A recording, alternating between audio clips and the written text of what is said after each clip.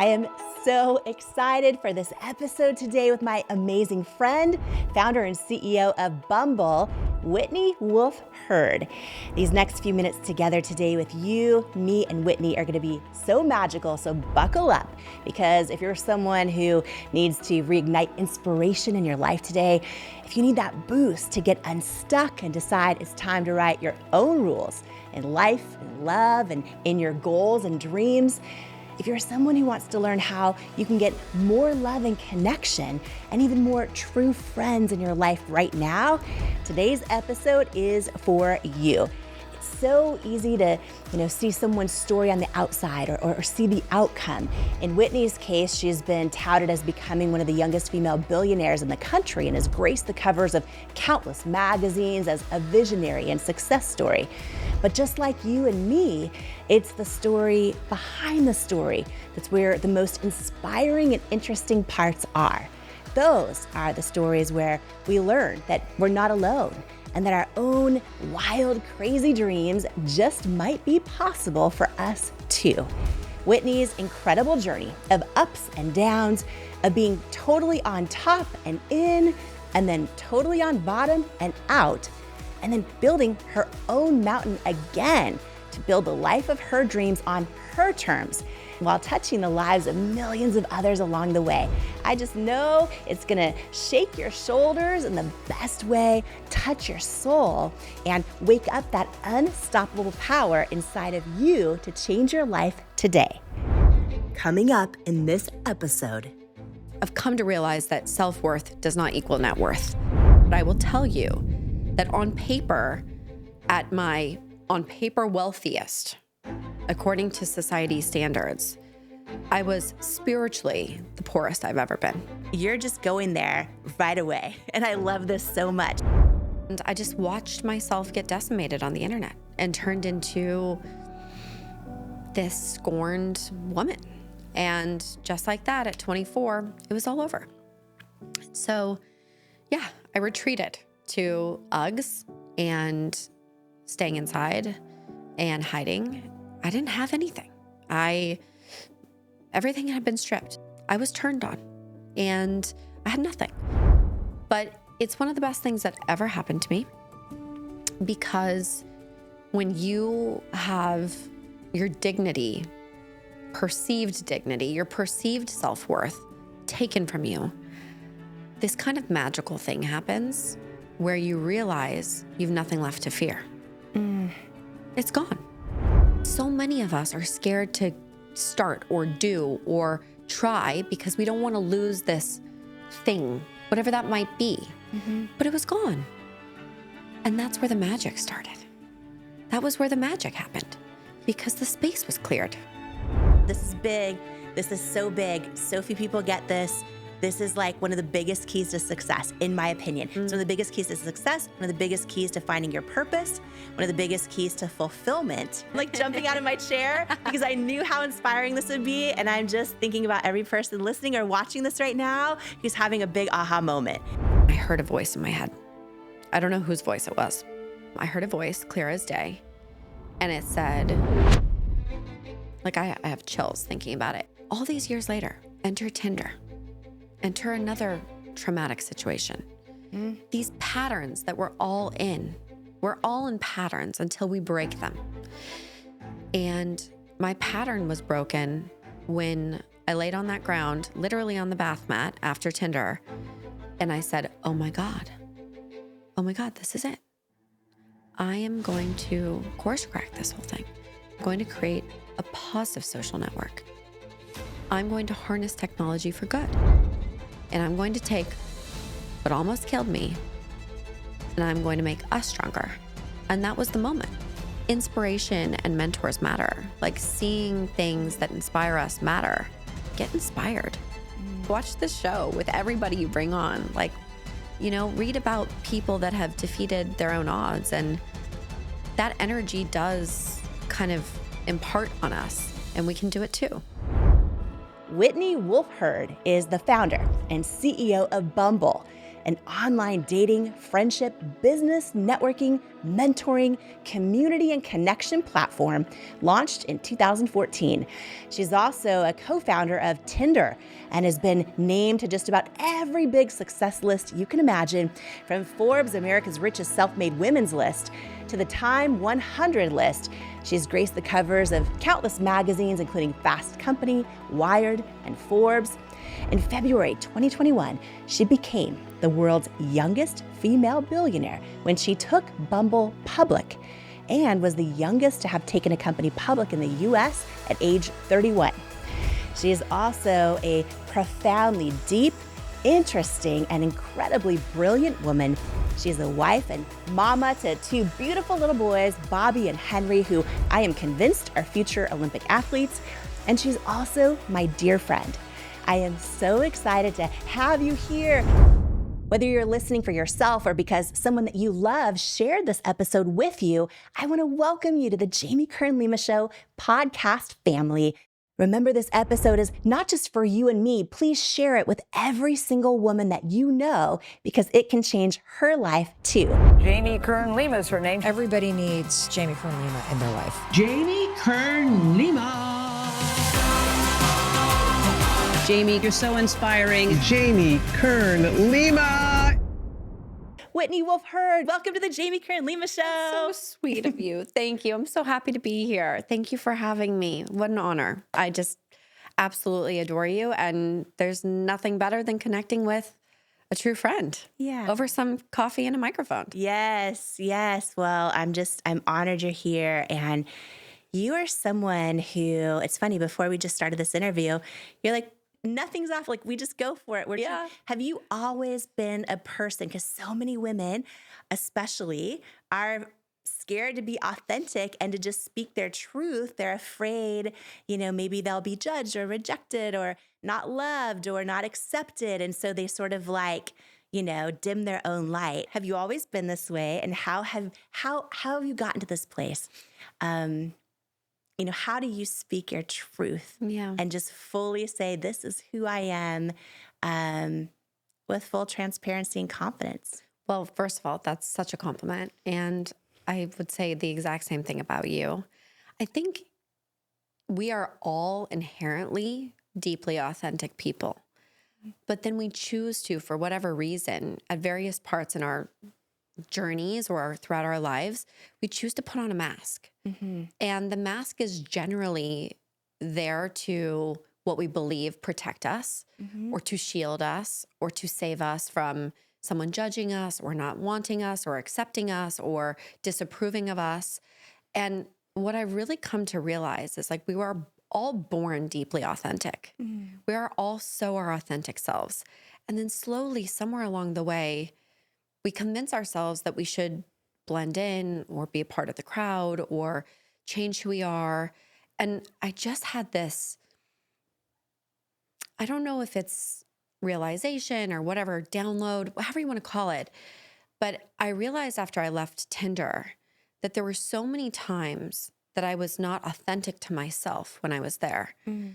And I just promised myself after that whole ordeal that I'm not always going to be the best, and I'm not always going to win, and I'm not always going to be loved, and I'm not always going to be liked, and I won't be accepted, and I won't be invited. But the one thing no one can take away from me is that at the end of the day, I'm always going to be me, whatever that means.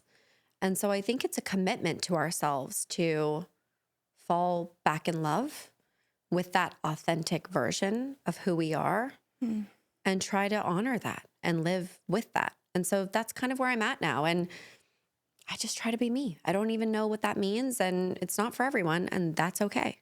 And the stuff of if someone doesn't get it or doesn't approve or this or that, you're over that. You're like, that's not worth worrying about. The feeling of who I truly am is where your power is. Yes. I'm not going to pretend and say, oh, I don't care what people think, or that didn't hurt my feelings, or so-and-so didn't invite me, or so-and-so doesn't like me, and who cares? No. I mean, we're all, even when we are our highest selves, we are all having a very earthly experience here in these bodies that we have. And with that comes all of those feelings that we all possess. And so I think the way I deal with that is I don't shame myself for having hurt feelings or for caring what someone did or didn't think about me. I just kind of look at it and I stare at it and say, okay, that's okay. That's like a wounded part of you that is feeling that way, and we'll live with it. We'll accept all these pieces. And so that way it doesn't take over your life. And there were years of my life that all I cared about was what people thought about me. At any cost, I did not want someone to dislike me. It was my worst fear. And then you're kind of like, this is a full-time job and one I'm not getting paid for. So, well, why am I doing this? It's draining my accounts. Physically, spiritually, mentally, the metaphor of just like being completely bankrupt. But emotionally. And I'll share one thing. It's so fascinating. And because you led with this, it's not something I ever really think about because I've come to realize that self-worth does not equal net worth. And I'm a very privileged person who's had the opportunity to learn that. But I will tell you that on paper wealthiest, according to society standards, I was spiritually the poorest I've ever been. And I think that's really important for people to know. It's like, that's not where you get your worth. Yeah. And what an incredible gift you've gotten to see all sides. So you can say that and know that for sure. Because so many people are like, oh, when I get that thing, then I'm going to feel enough. When I get that big job, when I get that number in my bank account, when I get the relationship, when I get the car, when I get the six-pack abs, then I'm going to feel enough. And you've gotten a whole lot of things. And that's really not surprising to me because I've had very similar experiences. But it's not what we learn. We learn, because Whitney, oh my gosh. And I want to actually dive into something you just said. I was going to bring this up way later in the interview. But you're just going there right away. And I love this so much because so many people struggle with people pleasing and with thinking and with feeling imposter syndrome or thinking I don't have what it takes or thinking that, if I'm the real me, I won't be loved. And like you just said, it is a full-time job. It's exhausting. And with everything that you have and continue to build with Bumble, congratulations on, being back as CEO again, founder and CEO. But with everything that you continue to build there, the millions and millions and millions of people that have new relationships in their life because of Bumble, whether they're romantic relationships or they go on there for, to meet friends or they go on there to meet a mentor. Because so many people, that's probably one of the biggest questions I get asked every day is, will you mentor me? And how do I find a mentor? And it's the biggest thing. And so genius to have, Bumble Biz, which is like mentorship and connect, like networking, jobs, new careers, all of it. You have built so much with Bumble and you continue to. And I think that on the outside, everyone can see, wow. I mean, they just heard the introduction, which they probably already know a lot of this about you. But if they don't know, they're like, oh, wow. So Whitney Wolfe Herd, one of the most inspiring, iconic, visionary women and businesswomen in the country. And I think that what you shared so courageously already is that I think people will be surprised to know is your journey has not been easy. It has not been a straight road. Things just didn't fall into your lap. You didn't just wake up and start with the idea for Bumble and it all just happened. You've had a journey, and there are a lot of people that are sharing this energy with you and I right now that maybe have had setbacks or hard times or things not go their way or a boss that does not like them and they feel like if I do anything, I'm going to be ousted even more or someone who just a relative. It could be any number of things. And it's easy for us as humans and to say, okay, well, my past is going to define my future. If all of these people kicked me out, or this didn't go my way, or my business failed, or this happened, or that, how the press or online social media is writing something bad about me, it's easy for us to think my ship has sailed. Yeah. Like, how can I ever recover from this? And there's so many people that are holding on to shame from things that have happened and letting it almost define their identity. And I am so excited that you already opened us up to this, because this is going to change so many lives. When you, long before Whitney founded Bumble, not that long before, but before Whitney founded Bumble, you were co-founder at Tinder, And can you share how the journey there wasn't what you expected? Yeah. So just to touch on a bit of what you just said, I think if I could, and I'm still on my journey, so I feel like I can say this with a sense of we're in this together to whoever is watching or listening, because I don't think I've arrived at my final destination. Certainly, I hope not. I'm 35. So I hope that there's, still a lot ahead. I will say the following. There's so much more coming up in this episode. You are not going to want to miss it. But first, I wanted to share this with you. In life, you don't soar to the level of your hopes and dreams. You stay stuck at the level of your self-worth. When you build your self-worth, you change your entire life. And that's exactly why I wrote my new book, Worthy: How to Believe You Are Enough and Transform Your Life for You. If you have some self-doubt to destroy and a destiny to fulfill, Worthy is for you. In Worthy, you'll learn proven tools and simple steps that bring life-changing results, like how to get unstuck from the things holding you back, build unshakable self-love, unlearn the lies that lead to self-doubt, and embrace the truths that wake up worthiness, overcome limiting beliefs and imposter syndrome, achieve your hopes and dreams by believing you are worthy of them, and so much more. Are you ready to unleash your greatness and step into the person you were born to be? Imagine a life with zero self-doubt and unshakable self-worth. Get your copy of Worthy, plus some amazing thank you bonus gifts for you at worthybook.com or the link in the show notes below. Imagine what you'd do if you fully believed in you. It's time to find out with Worthy. Imagine, what would you do if you fully believed in you? My weekly free inspirational newsletter is packed with tips and tools to help you find out. It's called One-on-One with Jamie, and it's delivered right to your inbox each Tuesday morning.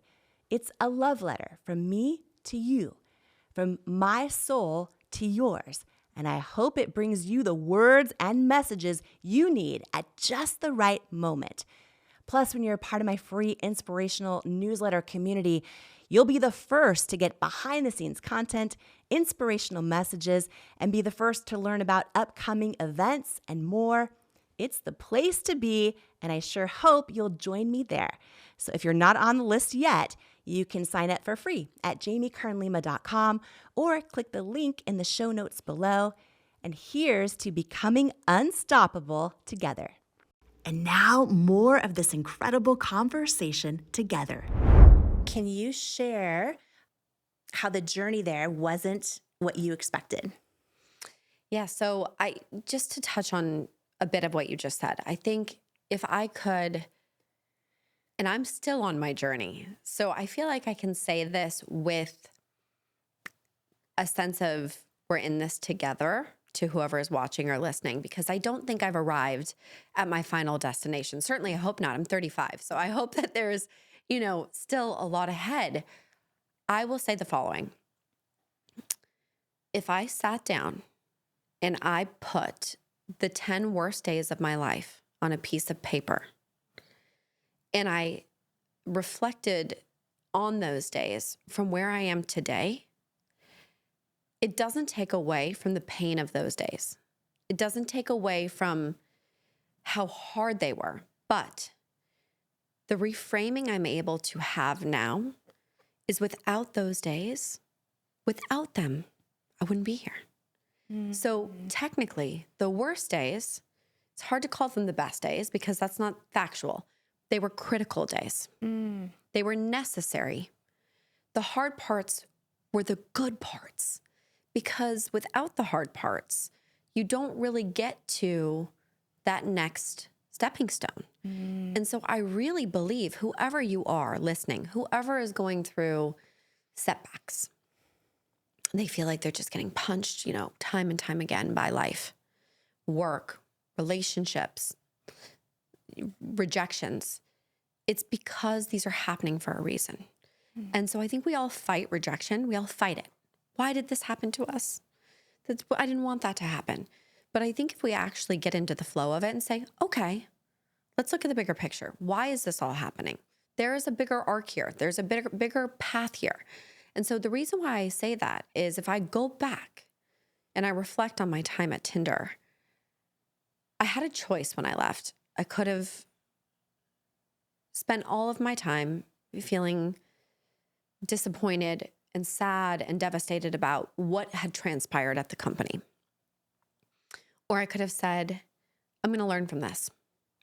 And I'm going to take what almost killed me and make us stronger.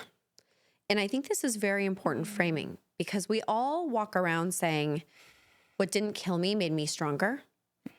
And I think the way I look at life is what did almost kill me can make all of us stronger. And so I have full body chills right now. but 'cause that's this the is the key case. to finding purpose. This is it. Yeah. Yeah. And you've been there. Yeah. Will you share, Whitney, in your own words, because I think that's important, just for everyone listening, what happened at Tinder that you're talking about that became such a hard time? And then I want to ask you the phase you went in after, because I think so many people have been in that spot. And I'm talking about the same outfit and Uggs for a month and not leaving the house. That's right. Yeah. That's right.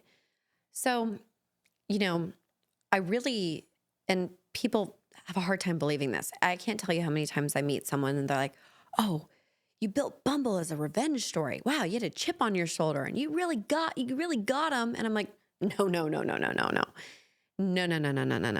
If I had for 1 second, and I want to be very clear, and everyone should remember this.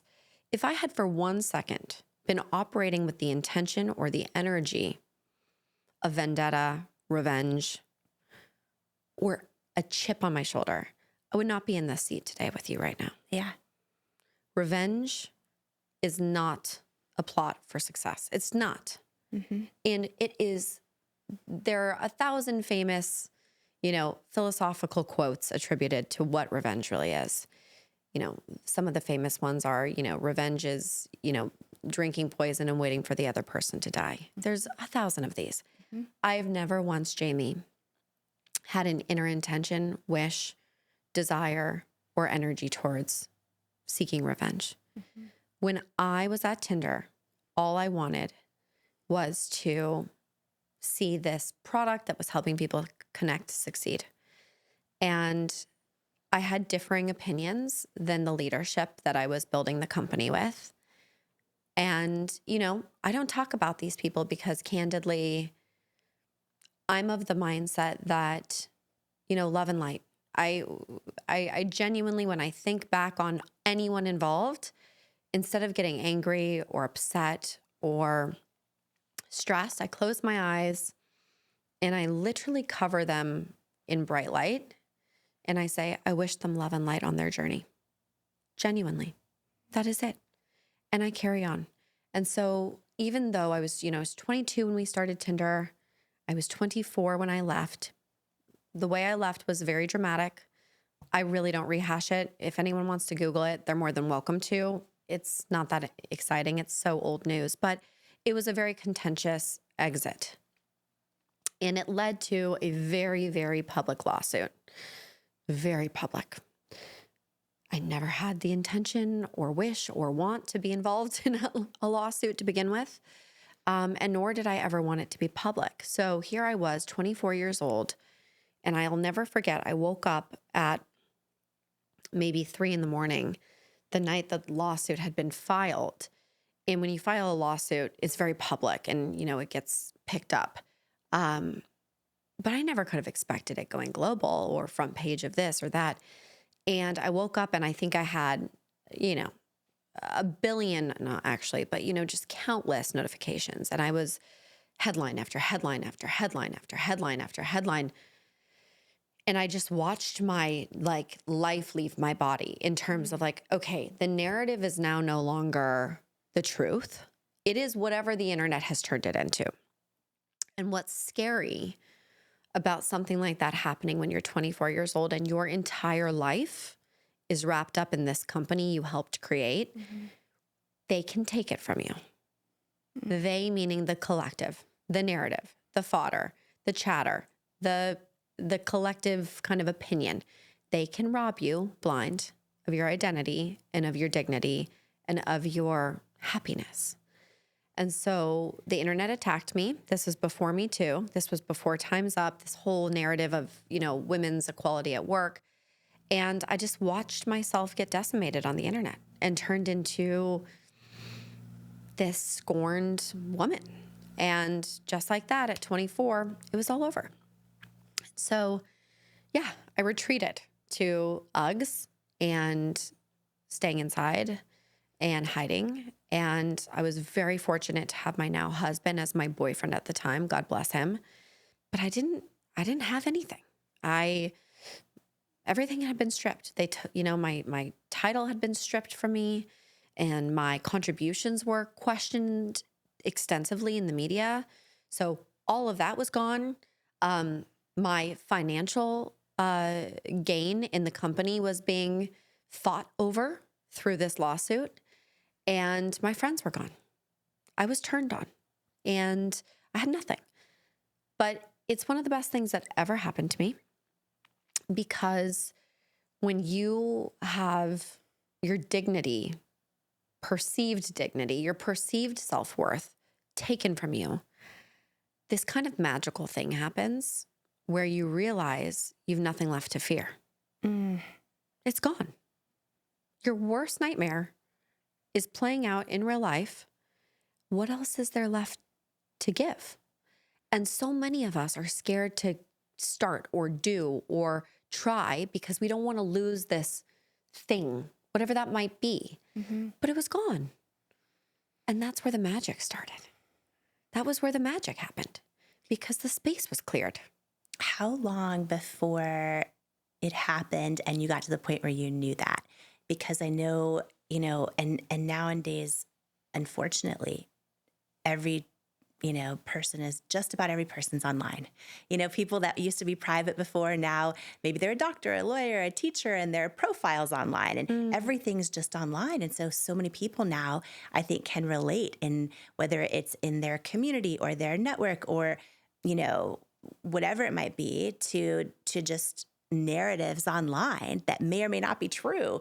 And, you, I know, went through so much online hate, from everything from death threats to rape threats to the most horrific stuff. And how long did that go on, and how did it impact you before you're before you realized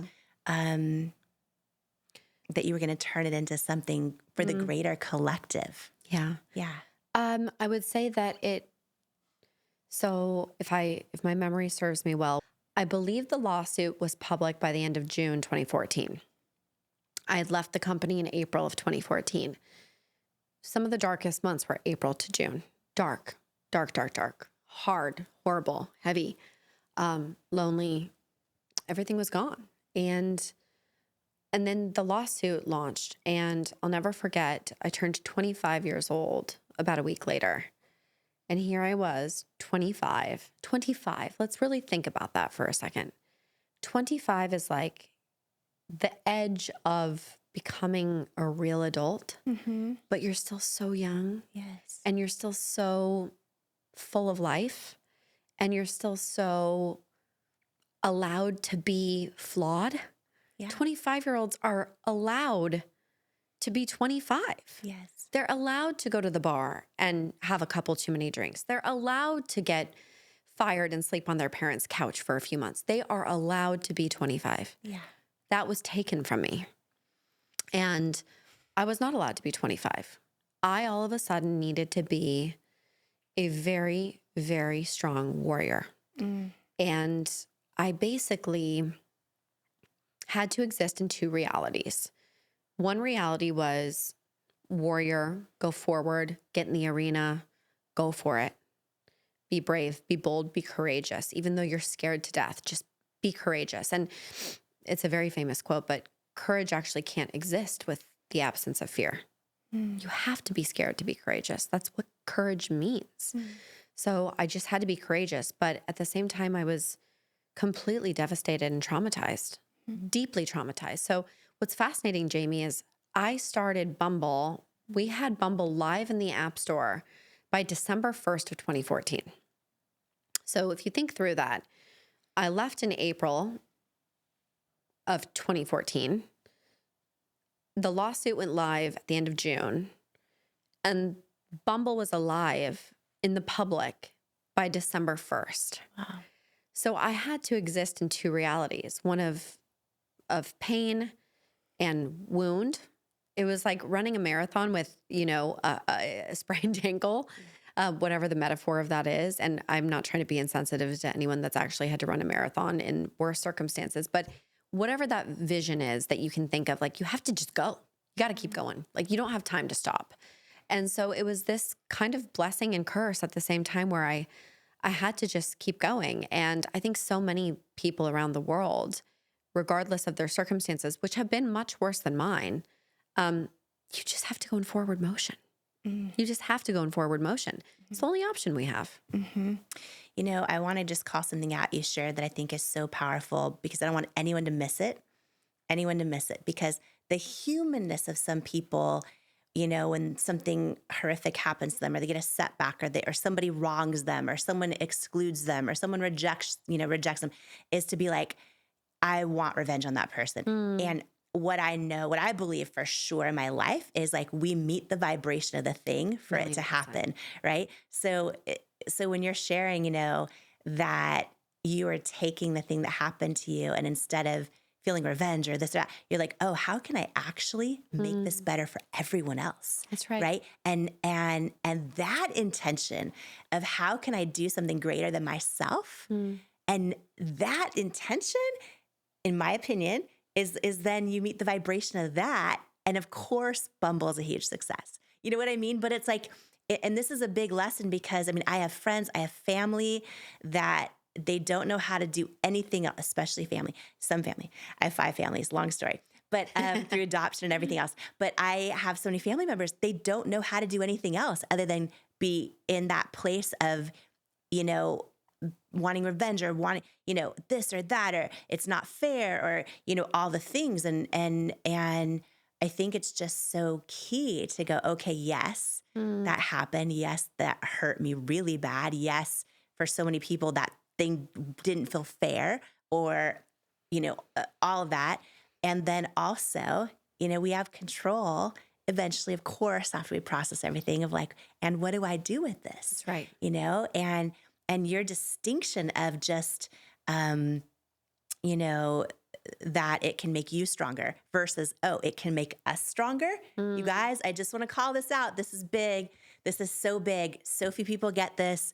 This is like one of the biggest keys to success, in my opinion. It's one of the biggest keys to success, one of the biggest keys to finding your purpose, one of the biggest keys to fulfillment, right? Is to take the thing and not just say, like, what is this here to teach me, or what am I supposed to learn from? But like, oh, wait, what is this here to teach us? Like, how is this going to help us? And that distinction is so big. And I feel like also it is not easy building any company. So even though Bumble is a massive success, It Cosmetics was a massive success. I can tell you there is no chance It Cosmetics would have made it if I was not thinking about, how is this helping others? How is this helping something greater than myself? Because it was too freaking hard. That is it. Too many setbacks and too many hard times and too many long hours for me to stay in it if it was just helping me. I would have been like, peace out. That is so right. Right? And this is And big. that's it. It's moving the mindset from me to we. Yeah. That's it. Yeah. And candidly, that was what drove me every day, just like it drove you every day. Yeah. You got up there and you weren't selling a solution for yourself necessarily. You're like, oh, I am affected by this. And I did use my personal situation to create a solution. Yeah. But you didn't do it for you. Right. And I was also like, Did it for everybody else. I was so tired of seeing images that didn't look like me, like all the things, and everyone had flawless Photoshop skin. And growing up, it always made me feel like I wasn't enough. And it was like, oh wait, how do we change that narrative in beauty? Like it was like, how do we? Yeah, it was bigger. And I think I want to just call that out, because one thing you say, Bumble, right? I think so many people love Bumble because it helps them with connection in their life, whether again, it's through meeting friends on Friends with Bumble or in business with mentors and everything else, or in romantic relationships. And so, but you say, and I think this is big because there's a lot of people sitting here right now that know they've had hard times, know they've had setbacks, but haven't yet like actually considered, well, wait a minute, how does that thing help us? That's right. Collectively. And you say that you can't have connection, truly understand connection without having felt disconnection. That's right. And, two things I want to ask you about. I have so much, oh my gosh. Whitney, I already know, I'm already fired up. I'm like jumping out of my chair because I knew how inspiring this would be. And I'm just thinking about every person listening or watching this right now who's having a big aha moment with their own journey, because it's so easy to stay in our setbacks and not realize, oh wait, they're setups for what we're called to do next. Setups. Right? And you have said that some of the things that have fueled you into your sort of collective vision for the offerings you're putting in the world right now. But I want to tell everyone this really quick. It wasn't just instantly Tinder to Bumble, right? No. It was the idea of Merci, which is like a compliment platform. It was this idea of how can you, collectively, right, turn everything you've been through into this offering that raises the vibration for everybody. But you've said that to really understand connection, the way that you have turned it into an offering for the world, you also had to understand disconnection. That's and you've right. also talked about that a lot of your passion for creating Bumble and for all the work that you do, part of it has come from unhealthy relationships, abusive relationships in your past. And I want to ask you about it again as another, what I hope, story and tool for people that they can lean on if they have a shared experience, or if they're like, having some ahas today about just how they can transform everything they've been through into something that becomes such a beautiful purpose. But you've had, since the age of 7, like I know you talk about 17, when you were 17, can you just touch on that for a moment? The relationship you were in, who you were in that time, and how did that, because when you talk about the 10 worst days of your life, how did that time lead to this time? Yeah. No, I think we'll start there. So when I was 15 years old, I got my very first boyfriend, very young. I was young for my grade. So while I was 15, everybody else was 16. And he was older. He was 16 or 17, maybe a grade above. I can't remember at this point. And it was, wow. It was definitely the hardest thing I've ever gone through in my life, even to today. Like even with all the struggles, because of how vulnerable I was. I've been through technically worse things at an older age, but I was more equipped to deal with those things, right? When you are 16 years old, 15 years old, 17 years old, and it is a first on every level. Oh man, it'll take you to your studs. And he was horribly emotionally abusive to me. When I reflect back on it, I'm like, oh yeah, I didn't think I was going to be able to survive high school. Genuinely. Like that was I'll never forget sitting with my teacher, one of my teachers, which was like one of my only real outlets. She was this amazing teacher. I won't name names. She knows who she is. I've reached out to her.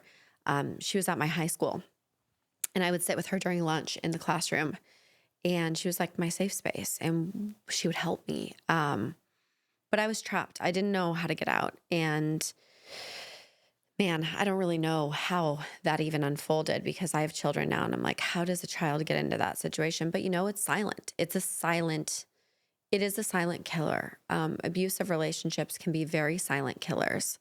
And what's scary is the amount of people that have been through it and you don't know it. They've never talked about it. Maybe they haven't even admitted it entirely. Or how many of us have watched someone we love at the hands of this disgusting, horrible opposite of love, right? And I will never forget, Jamie, I swear on whatever God I define as what I believe in. I will never forget, I was 17 years old and the relationship was ending, and I thought I was dying.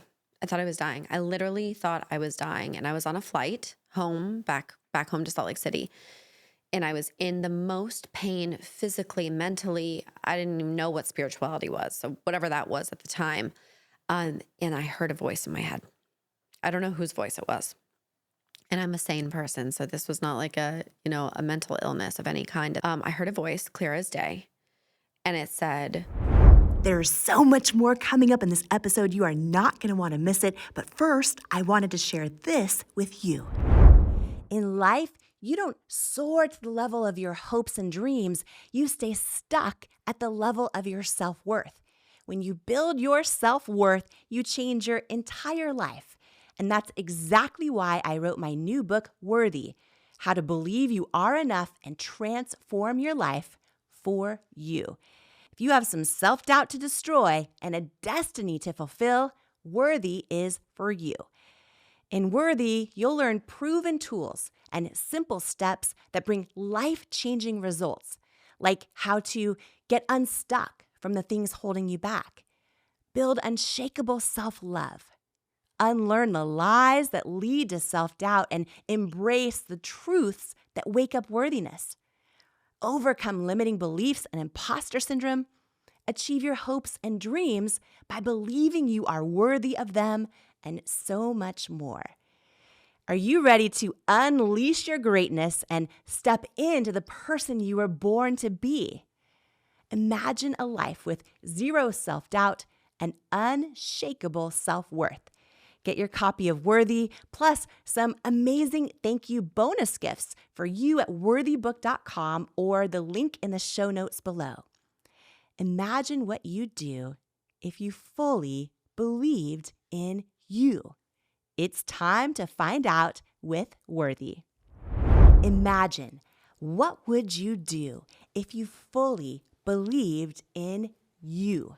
My weekly free inspirational newsletter is packed with tips and tools to help you find out. It's called One-on-One with Jamie, and it's delivered right to your inbox each Tuesday morning. It's a love letter from me to you, from my soul to yours. And I hope it brings you the words and messages you need at just the right moment. Plus, when you're a part of my free inspirational newsletter community, you'll be the first to get behind-the-scenes content, inspirational messages, and be the first to learn about upcoming events and more. It's the place to be, and I sure hope you'll join me there. So if you're not on the list yet, you can sign up for free at jamiekernlima.com or click the link in the show notes below. And here's to becoming unstoppable together. And now more of this incredible conversation together. I will never forget, I was 17 years old and the relationship was ending, and I thought I was dying. I literally thought I was dying, and I was on a flight home, back home to Salt Lake City. And I was in the most pain physically, mentally. I didn't even know what spirituality was. So whatever that was at the time. And I heard a voice in my head. I don't know whose voice it was. And I'm a sane person. So this was not like a mental illness of any kind. I heard a voice clear as day. And it said, this will be your life's purpose. You will prevent 17-year-old women from this pain. Like, it was a clear as day voice. And it basically said, this will all make sense one day. Like, I have chills thinking about it. And it basically said, like, you are going to go on a crusade to help other women in these relationships. And I didn't know what it meant. I was 17 years old. I thought I was going crazy. I thought I was literally going crazy. But I remember it so vividly. I'll never forget it as long as I live. And all these years later, enter Tinder, enter another traumatic situation. These patterns that we're all in patterns until we break them. And my pattern was broken when I laid on that ground, literally on the bath mat after Tinder. And I said, oh my God, this is it. I am going to course correct this whole thing. I'm going to create a positive social network. I'm going to harness technology for good.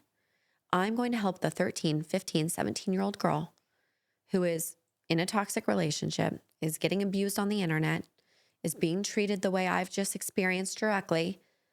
And I'm going to take what almost killed me and I'm going to make us stronger.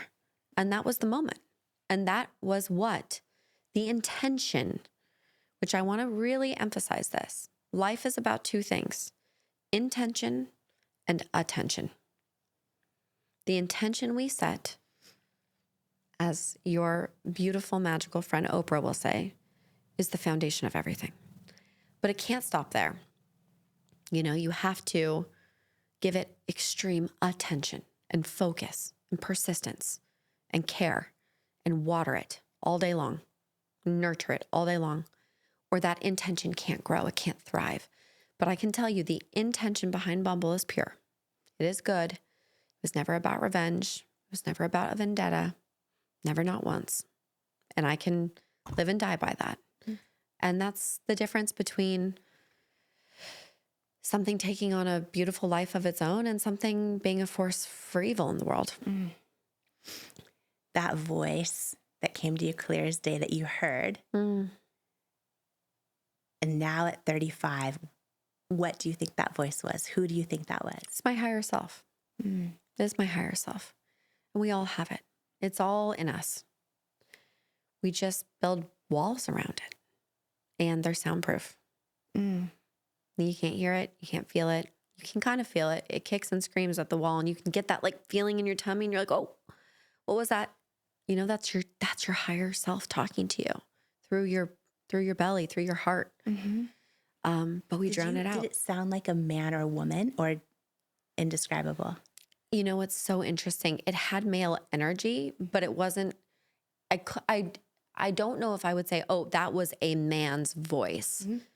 But I can't also say like, oh, that was like my grandma. I can't attribute it to like a person. Yeah. It almost felt like a higher calling, like a spiritual message. Now, upon reflection, at the time, if you told me that was a spiritual message, I'd be like, okay.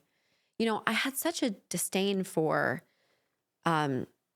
spirituality growing up because I didn't recognize the distinction between spirituality and religion. And I'd been brought up in a very strange religious dynamic.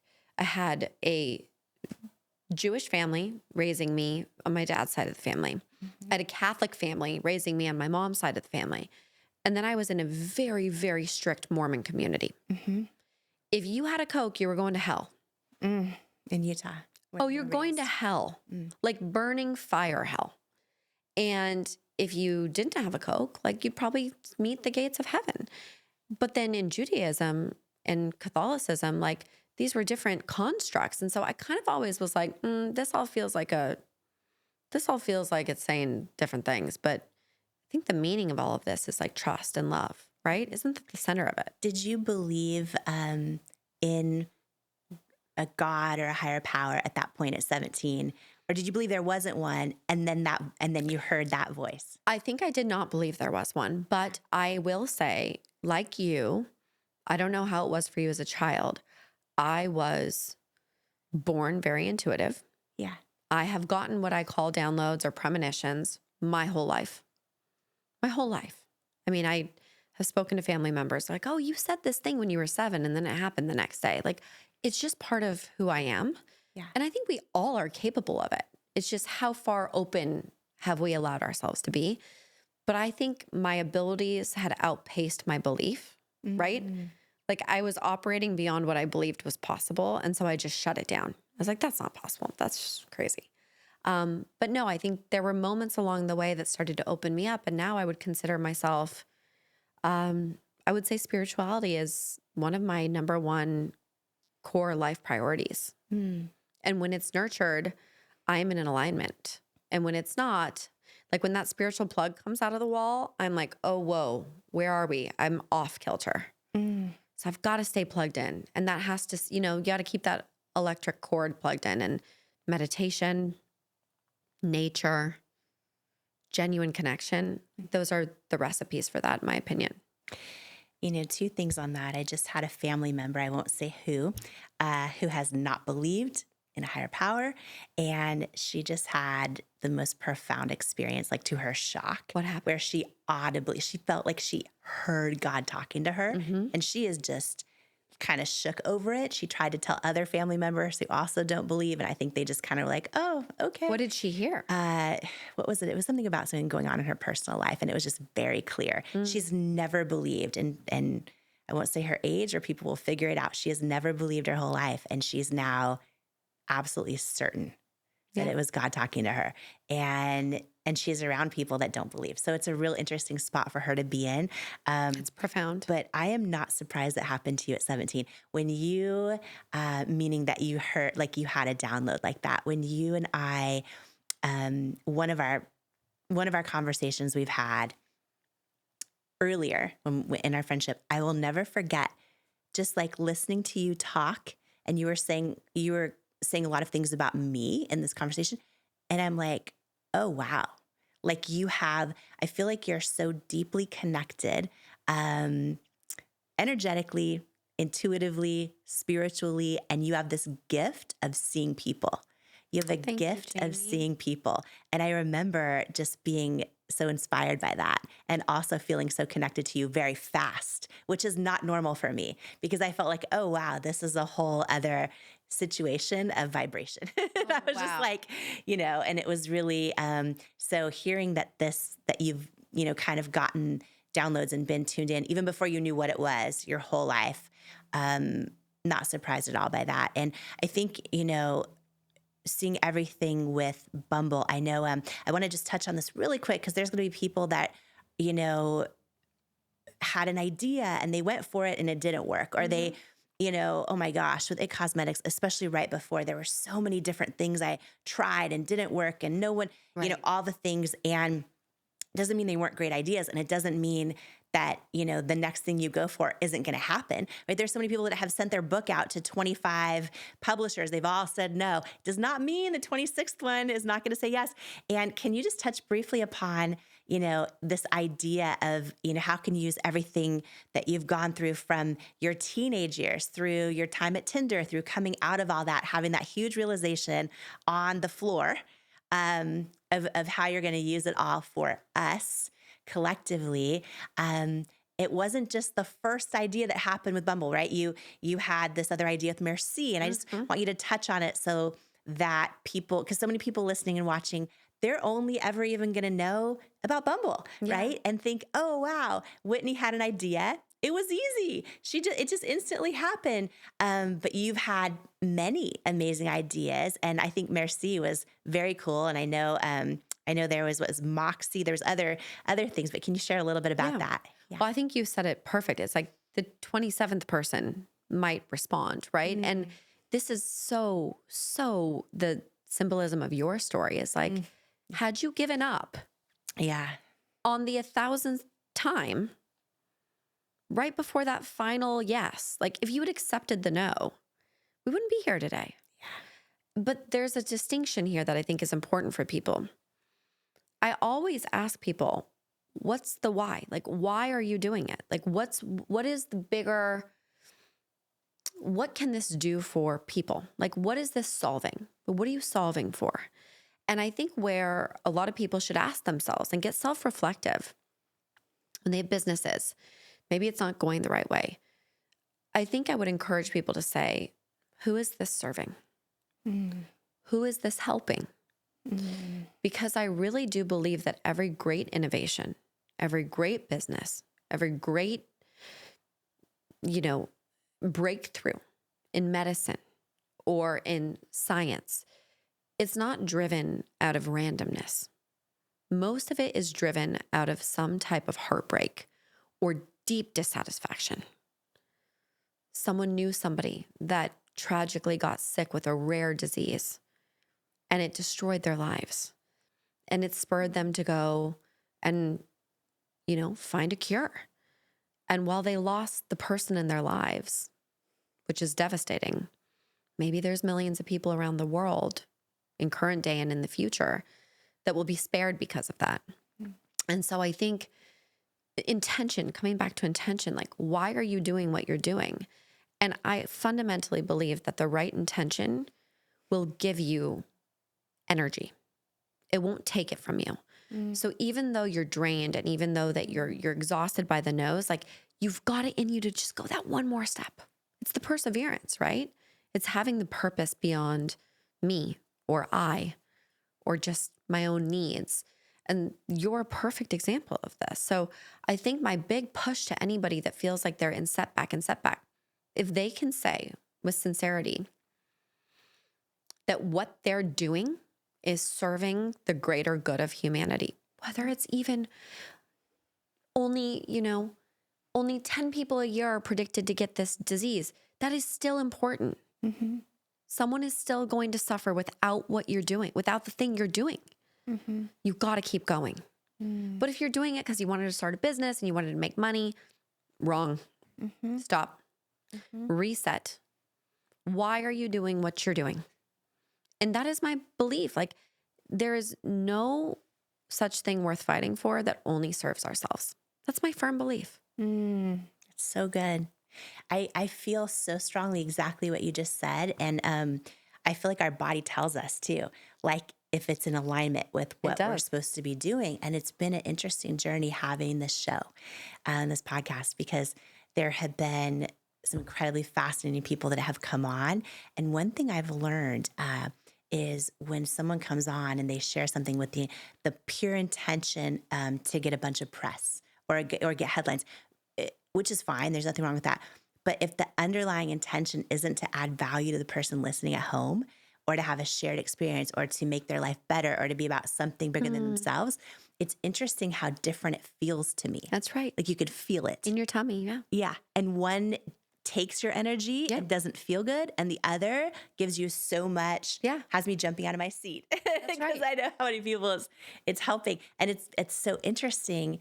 I think too, like, for everyone listening, that's how they know, are you in the right job? Are you in the right relationship? Are you know what I mean? Like, what do you feel like? Does it give you energy, or is it, or not, That's right. or not? Energy is everything. I mean, we are literally made of it. And there's things that take it and there's things that replenish it. And, it's interesting. Bumble has been wildly covered in the media. And I cannot tell you, Jamie, how many people have called me and been like, okay, what's your press strategy? Like, what agencies did you use? Like, who was the best person that wrote your press releases? And I'm like, okay, let me be clear. Yes, we've had kick-ass people on our team. This is the pure intention of the business. It wrote itself. True, genuine intentionality behind anything, it's the authenticity that actually matters. And so we started this conversation today. You're like, you're an open book. How are you an open book? I'm telling you right now that authenticity is the only frequency for me. Like, you just have to be authentic. And that doesn't mean you have to pour your heart out. You can be guarded. You can be private. I think we can all have our own boundaries for what work for us. That's our prerogative. And it's also our needs. Like, we all have to define what works for us as individuals. But what I do think is going to come out in the coming years, and we're already seeing the shift with media, with influencers, with everything, like, authenticity can't be engineered. It It can't be written. It can't be faked. It is genuinely, it has to be real. And that's why I always say, like, take me with all my flaws, all my weaknesses, all of my scratches and you know, all of the battle wounds. Like, you're going to get me at the end of the day. And if that doesn't work for you, then like, that's okay. You know, this is the train I'm on. This is where I'm going. And I think we should all just be trying to be our highest versions of ourselves. It's interesting, Jamie, I wrote myself an email this summer. Bumble stock had hit its all-time low. And the internet fodder was like, Bumble's dead and what a joke and da-da-da-da. I mean, like, if I was attached to headlines or ego, it would have been a dark day. Let's just put it that way.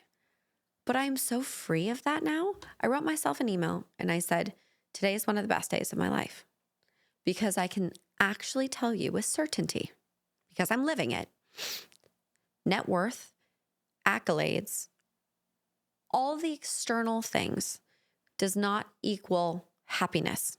It does not equal self-worth. And I wrote all the reasons why I'm happy, all the beautiful gifts. My children are safe. They're healthy. Thank God. I love myself, not because I'm a narcissist or I'm obsessed with myself, but because we all should love ourselves, because we should all give ourselves grace. And we are enough. All of us are enough. Each and every one of us, whoever we are and however we are. And I think when you can actually just say that out loud, like, all is okay. And I literally wrote that letter to myself on a day that should have been perceived as a bad day. I got 100 texts. Are you okay, babe? Are you okay? Can I do anything for you? And I'm like, I'm good. I'm good. I'm outside. I'm looking at the trees. Everything is fine.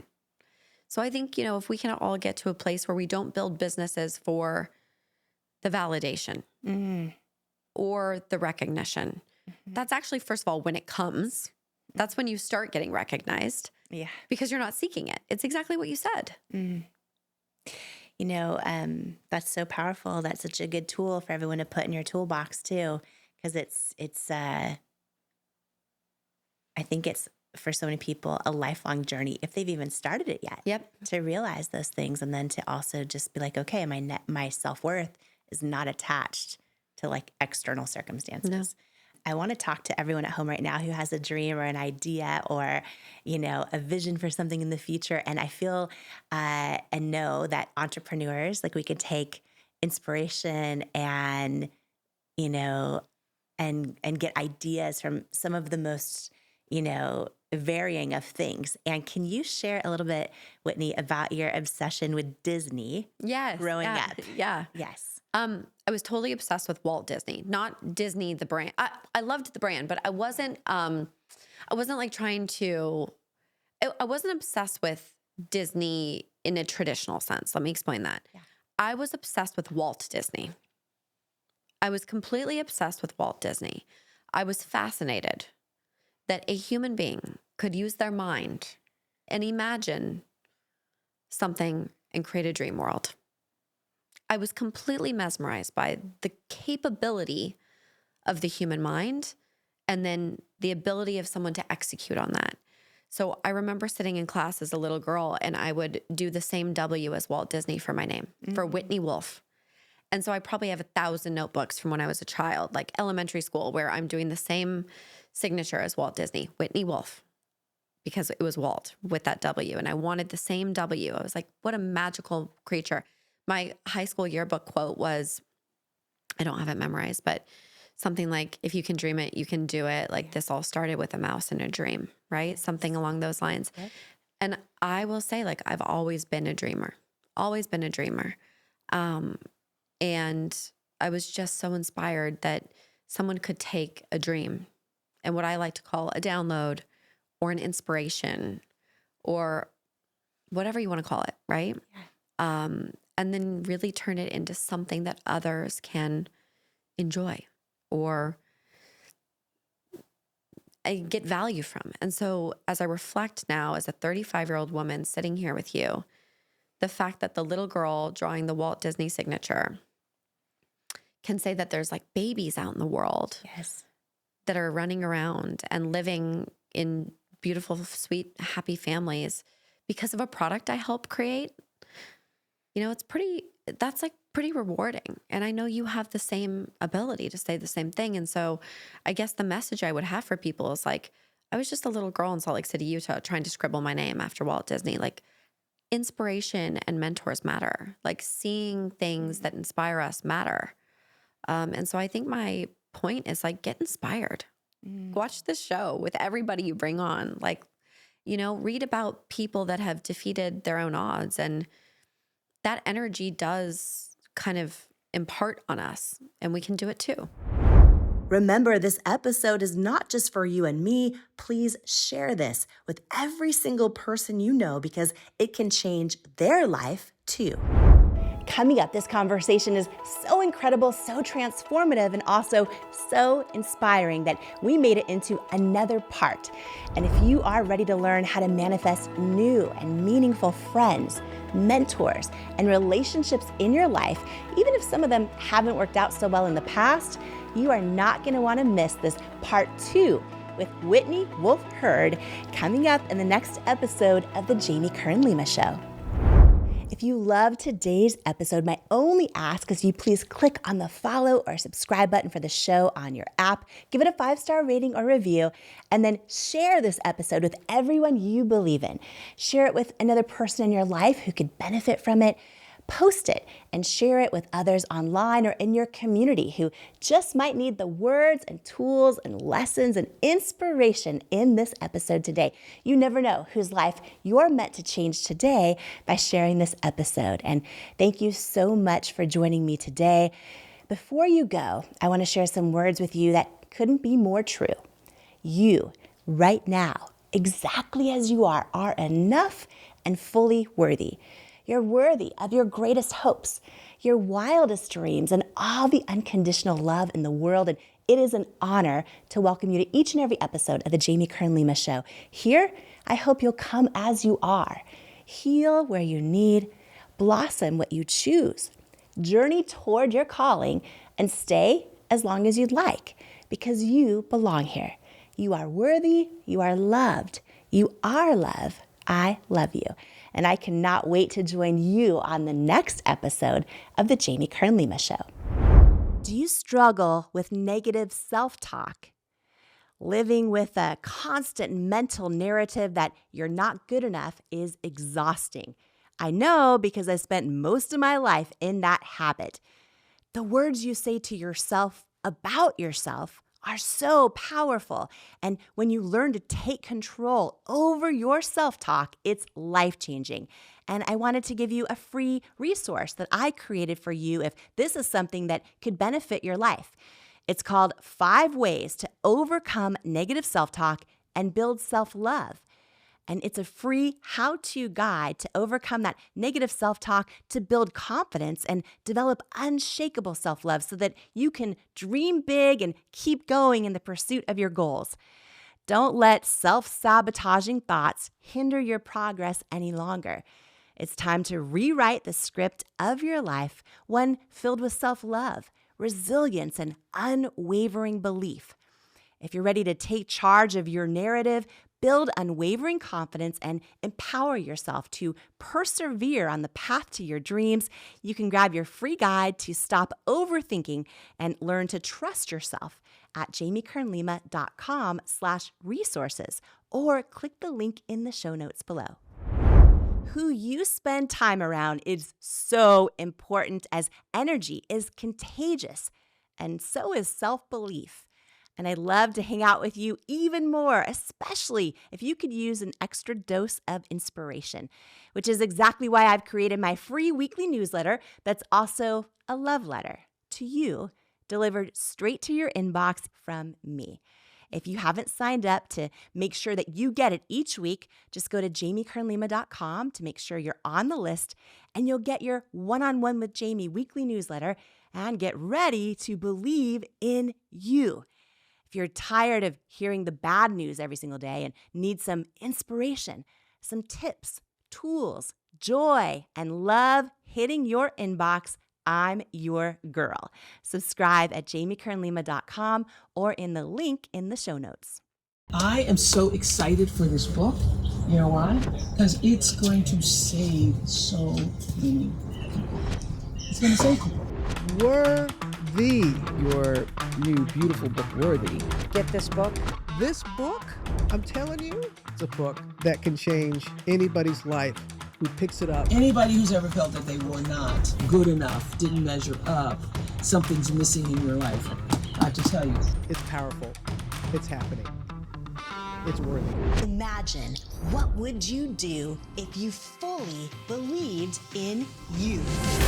I went from struggling waitress facing non-stop rejection to founder of It Cosmetics, a billion-dollar company, by learning how to overcome self-doubt and believe I am worthy of my hopes and dreams. And I'm sharing how you can too in my new book, Worthy, How to Believe You Are Enough and Transform Your Life. If you're ready to truly trust yourself and break through that barrier of self-doubt, and know that where you come from, or even where you are right now, doesn't determine where you're going, then Worthy is for you. It's time to go from doubting you're enough to knowing you're enough. It's time to step into all of who you are and into the person you were born to be. And it's time to believe that you are worthy of it. Because in life, we don't become what we want. We become what we believe we're worthy of. Join the Worthy movement today by grabbing your copy of Worthy anywhere books are sold. Then head to worthybook.com now for free gifts, including my 5-part course on becoming unstoppable and my 95-page Worthy workbook action plan that teaches you how to implement the tools from the book into your real life right now. Worthy is groundbreaking. Yo, my God! Worthy, you are worthy. This book is going to change lives. This book literally will teach you how to actually feel worthy so that you can have the strength, you can have the confidence. The lessons in this book and the strategies will change your life. You will never be the same again after you read this book. Jamie's book, Worthy, is a must-read. It is going to inspire you, empower you, give you the hope that you need and the kick in the rear end that you deserve. Jamie's book, Worthy, is incredible. The gifts are going away, but they're all free right now on worthybook.com. It's such an honor to share this podcast together with you. And please note, I'm not a licensed therapist, and this podcast is not intended as a substitute for the advice of a physician, professional coach, psychotherapist, or other qualified professional. If you loved this incredible episode with Whitney Wolfe Herd, I promise you, you are going to love this life-changing episode right here of the Kern Lima Show. It's right here. It's up next just for you.